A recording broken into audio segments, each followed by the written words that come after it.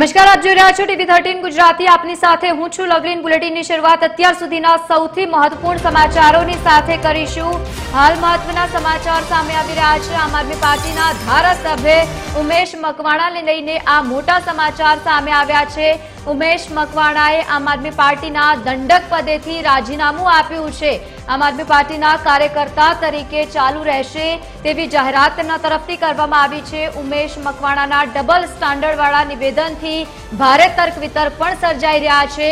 ધારાસભ્ય પદેથી રાજીનામું આપવા માટે બોટાદની જનતાને પૂછીશ તેવું કહી રહ્યા છે। એક તરફ આમ આદમી પાર્ટીમાં ખુશીનો માહોલ હતો, કારણ કે વિસાવદર બેઠક પર ગોપાલ ઇટાલિયા જીત્યા, પરંતુ બીજી તરફ ઉમેશ મકવાણાએ આમ આદમી પાર્ટીના કાર્યકર્તા તરીકે જો કે હજુ યથાવત રહેશે તેવું કહ્યું છે। પરંતુ અત્યારે જે સમાચાર સામે આવ્યા છે, ડબલ સ્ટાન્ડર્ડવાળા તેમના નિવેદનથી અનેક તર્ક વિતર્ક પણ સર્જાઈ રહ્યા છે। આમ આદમી પાર્ટીના દંડક તરીકેથી તેઓએ રાજીનામું આપ્યું છે।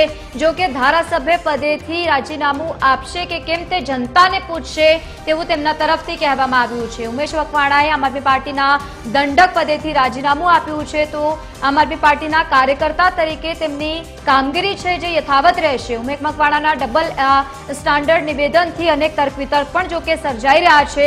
ધારાસભ્ય પદેથી રાજીનામું આપવા માટે તે બોટાદની જનતાને પૂછવાના છે તેવું કહ્યું છે। મહત્વનું છે કે બીજી તરફ જે રીતે સૂત્રો પ્રમાણથી માહિતી સામે આવી છે, છેલ્લા ઘણા સમયથી તેઓ જે આમ આદમી પાર્ટીના કાર્યક્રમ હોય છે તેમાં પણ હાજરી નહોતા આપતા, પરંતુ હવે એકાએક જે રીતે આ રાજીનામું તેમના તરફથી આપવામાં આવ્યું છે, મહત્વનું છે કે આવનારા સમયમાં હવે ધારાસભ્ય તરીકે તેઓ રહેશે કે કેમ તે જનતાને પૂછશે। ધારાસભ્ય પદેથી રાજીનામું આપવા માટે બોટાદની જનતાને તેઓ પૂછવાના છે, પરંતુ હાલ દંડક પદેથી તેઓએ રાજીનામું આપ્યું છે। આમ આદમી પાર્ટીના કાર્યકર્તા તરીકે તેઓની કામગીરી જે છે તે યથાવત રહેશે। અનેક તર્ક વિતર્ક પણ તેને લઈને સર્જાઈ રહ્યા છે। આમ આદમી પાર્ટીના ઉમેશ મકવાણાએ જે રીતે અત્યારે આ જાહેરાત કરી છે, તેઓએ પાર્ટીમાંથી રાજીનામું આપ્યું છે। તો આજ મુદ્દે ગાંધીનગરથી એસોસિએટ એડિટર સોનલ અનડકટ આપણી સાથે લાઈવ જોડાયા છે। સોનલ, ઉમેશ મકવાણાએ જે રીતે દંડક પદેથી રાજીનામું આપ્યું છે, પરંતુ ધારાસભ્ય તરીકે તેઓ બોટાદની જનતાને પૂછશે તેવું કહી રહ્યા છે।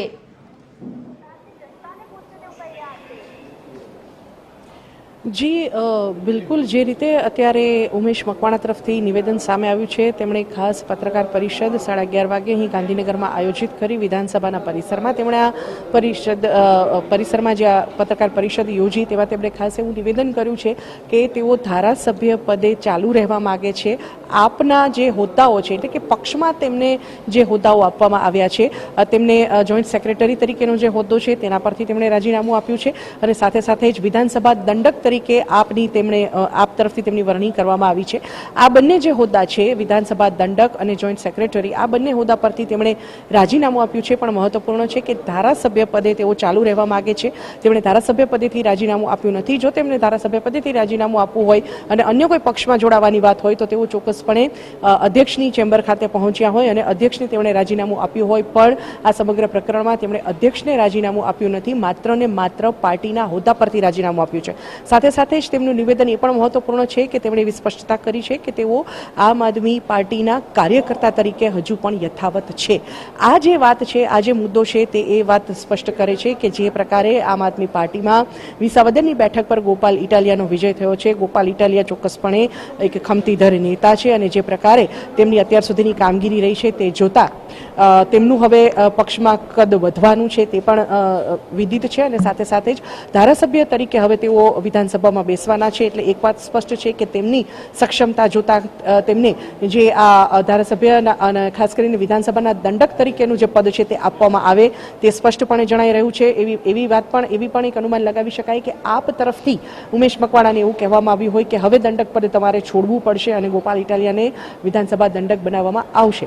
આ જે મુદ્દો છે તેના કારણે થઈને પક્ષનું નાક દબાવવા માટે થઈ અને ઉમેશ મકવાણા તરફથી જે આ રાજીનામું છે તે આપવામાં આવ્યું હોય તેવું હાલ સ્પષ્ટ થઈ રહ્યું છે, કેમ કે તેમણે માત્ર ને માત્ર પક્ષના હોદ્દાઓ પરથી રાજીનામું આપ્યું છે, ન કે ધારાસભ્ય પદેથી। એટલે કે ધારાસભ્ય તરીકે તેઓ ચાલુ રહેવા માગે છે, જે સત્તા છે તેને તેઓ છોડવા નથી માંગતા, પણ માત્ર ને માત્ર પક્ષનું નાક દબાવવા માટે થઈ અને પક્ષના 2 હોદ્દા પરથી તેમણે રાજીનામું આપ્યું છે। તેમણે એવી સ્પષ્ટતા કરી છે કે જે આ બંને રાજીનામા છે, બંને પક્ષના હોદ્દા પરથી જે રાજીનામા છે તે તેમણે તેમણે અરવિંદ કેજરીવાલને મોકલી આપ્યા છે, વોટ્સએપ મારફત મોકલી આપ્યા છે, પણ તેઓ પાર્ટીના કાર્યકર્તા તરીકે હજુ પણ ચાલુ રહેશે.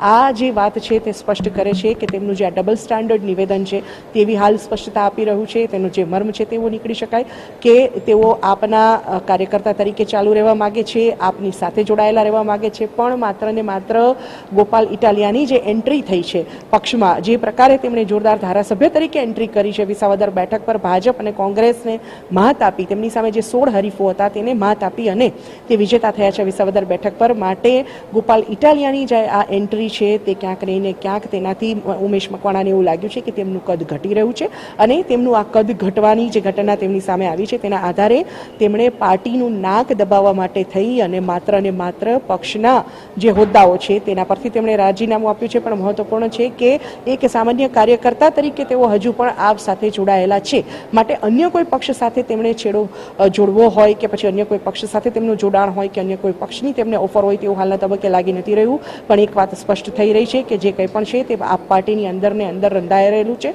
પક્ષ તરફથી તેમને જે આ હોદ્દો છે તે વિધાનસભા દંડકનો જે હોદ્દો છે તે છોડવા માટે થઈ અને કદાચ કહેવામાં આવ્યું હોય અને તેમણે પક્ષનું નાક દબાવવા માટે થઈ અને જે આ પત્રકાર પરિષદ આયોજિત કરી હોય તેવું હાલના તબક્કે સ્પષ્ટ થઈ રહ્યું છે. આગળ ઉપર તેમણે એક વાત એ પણ કરી છે કે પછાત જ્ઞાતિ, તેમણે આજે જે આ રાજીનામા આપ્યા છે તેમાં એક વાત તેમણે સ્પષ્ટ કરી છે કે પછાત જ્ઞાતિને ન્યાય આપવામાં તમામ પક્ષ નિષ્ફળ રહ્યા છે.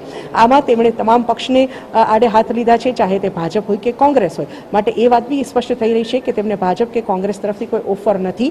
માત્ર ને માત્ર તેઓ આપનું નાક દબાવવા માટે થઈ, પોતાના પક્ષના નેતાઓનું નાક દબાવવા માટે થઈ, ગોપાલ ઇટાલિયાના વધી રહેલા કદને ઘટાડવા માટે થઈ અને પોતાનું કદ વધારવા માટે થઈ અને જે આ રાજીનામાની વાત છે તે કરી રહ્યા છે એ વાત સ્પષ્ટ થઈ રહી છે. ઉમેશ મકવાણા જો કે આ સંદર્ભે એક વાત એમણે એ પણ કરી છે કે પછાત લોકો, ખાસ કરીને દલિતો હોય કે કોળી હોય, કોળી જ્ઞાતિના આજ સુધી ભાજપે ક્યારેય કોઈ મુખ્યમંત્રી બનાવ્યા નથી, દલિત મુખ્યમંત્રી બન્યા નથી, દલિત પ્રદેશ અધ્યક્ષ ભાજપે બનાવ્યા નથી.